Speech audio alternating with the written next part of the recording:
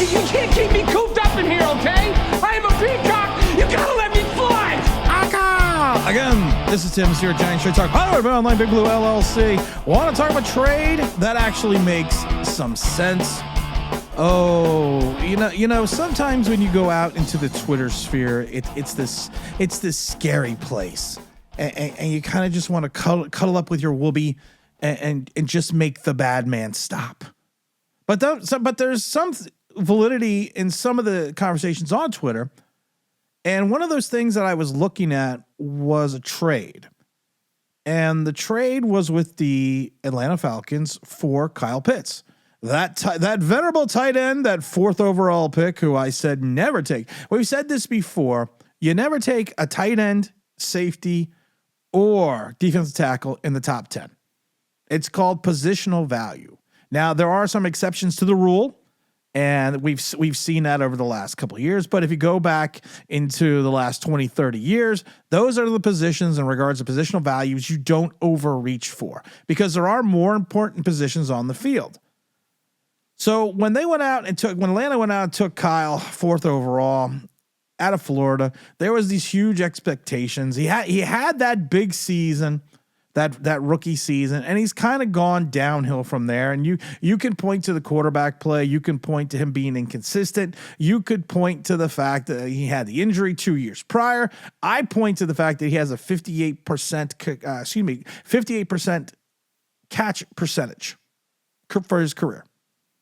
Think about that. He catches the ball for his entire career 58% of the time when thrown to him. Now, this is a guy that was going to revolutionize the tight end position. There's always that one guy, and I kept saying you can't take a guy that high because the Giant fans were in love with him. I said you just can't take a guy that high, especially in that position. So we watched him, like I said, go down a little bit. We watched him kind of lose that cachet, lose that luster, and now the Atlanta Falcons are talking about potentially trading him. Now, they've already said they are not going to take anything less than a day 2 pick. But what does that mean? Is it, some people automatically think it's a second round, or maybe it means a 3rd rounder. I don't know. But and like I said before, I was on Twitter and I saw this trade idea. And I said, well, you know what? It's not the craziest shit I've ever heard. Straight up, now tell me, straight up. Kyle Pitts for Kayvon Thibodeaux. And at first I kind of laughed and I was like, I just don't see it. You know, the defensive end position, especially that defensive end that can go after the quarterback is at a higher value than the tight end. But then you look at what we have in regards to the tight end position on our own roster. Yeah, you took the kid in the 7th round this year. You got Theo Johnson, you got Dane Bellinger, but there's no heat from this unit. And I've said this before, if this was my draft, I would have traded out of 3.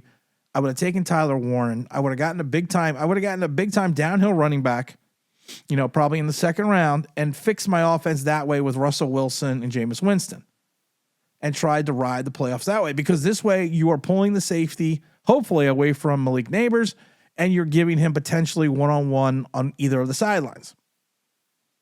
But that like I said, that's neither here nor there, because that's past. But when you have a pass rushers are at a premium. They command the big salary. They command the big dollars.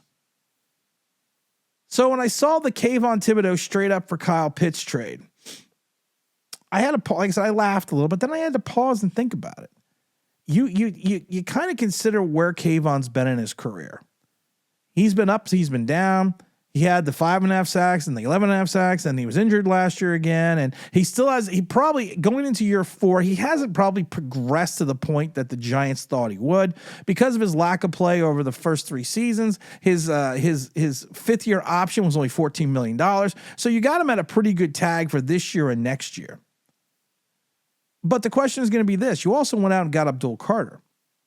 Now you have Abdul Carter, and also you traded for Brian Burns and gave Brian Burns $120 million. So you have a plethora of undersized defensive ends who really can't play the run. So I'm looking at this going, okay, well, you know what? Kyle Pitts is on his 5th year option. He's making $10 million guaranteed. The Atlanta Falcons are going to have to eat that $10 million in dead cap space. The Giants, if you take a look at Kayvon Thibodeaux's contract, Kayvon Thibodeaux, I think, is like $9.6 million. So even the Giants are saving a little bit on this deal, but the salaries almost match. Now, people need to remember that we had to restructure the deal of Brian Burns. What about Brian Burns? To just sign Abdul Carter and Jackson Dart with the rule of 51. Now, you can still restructure the Dexter Lawrence and Andrew Thomas contract again, so to get more cap space. But this is a trade that literally could go salary for salary, slot for slot. And yes, you're picking up a player in Kyle Pitts who's might have lost some of that luster. But in this Giant offense, he could be valuable. He's not going to be a blocker. The only downside I see is he reminds me of a hell of a lot like Evan Ingram. Go watch the Kyle Pitt video from 4 years ago. I even say that I even said in the video, he's going to be Evan Ingram.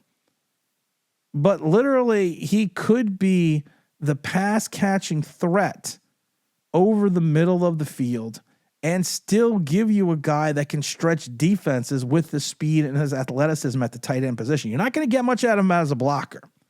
And he is going to be maddening in reference to some of his route running, and he's going to be maddening in reference to some of the drops and some of his alligator arms. But I don't need him to be the number one target.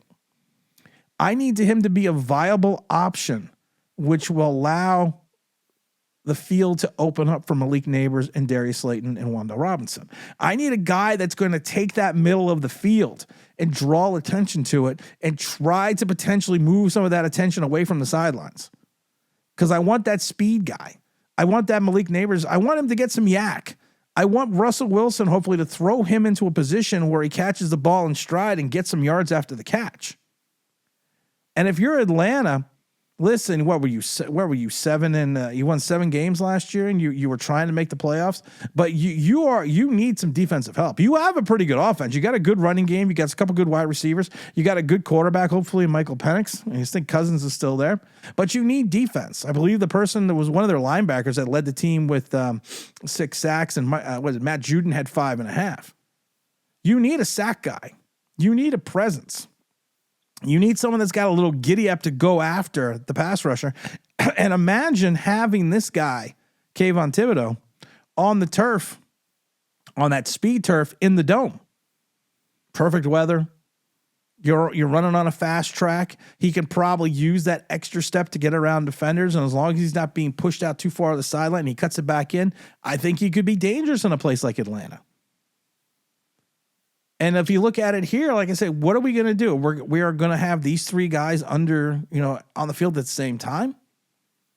That's a little scary because of the fact that they're all undersized defensive ends who really neither of them can play the linebacker position. And I think that should scare the bejesus out of anyone because you see these 3 guys on the field. You know what I'm probably doing? I might be running every play. Think about it. Just think about it for a minute. We had, what's his name? Jerry Ostrowski on, the former Buffalo Bill offensive lineman for 10 seasons, and he played in 102 games. He even mentioned that he would not, and he's a big Penn State fan. He even mentioned that he would not have the likes of Abdul Carter play the linebacker position because he's too undersized and he didn't play it well enough in college. He said, he would use him as a situational pass rusher.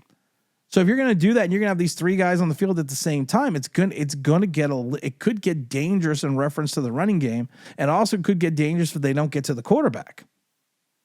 So maybe doing this opens up more snaps for Abdul Carter, and it would make more sense why you took Abdul Carter in 3 when you had 2 other defensive ends on this roster that have the identical skill sets.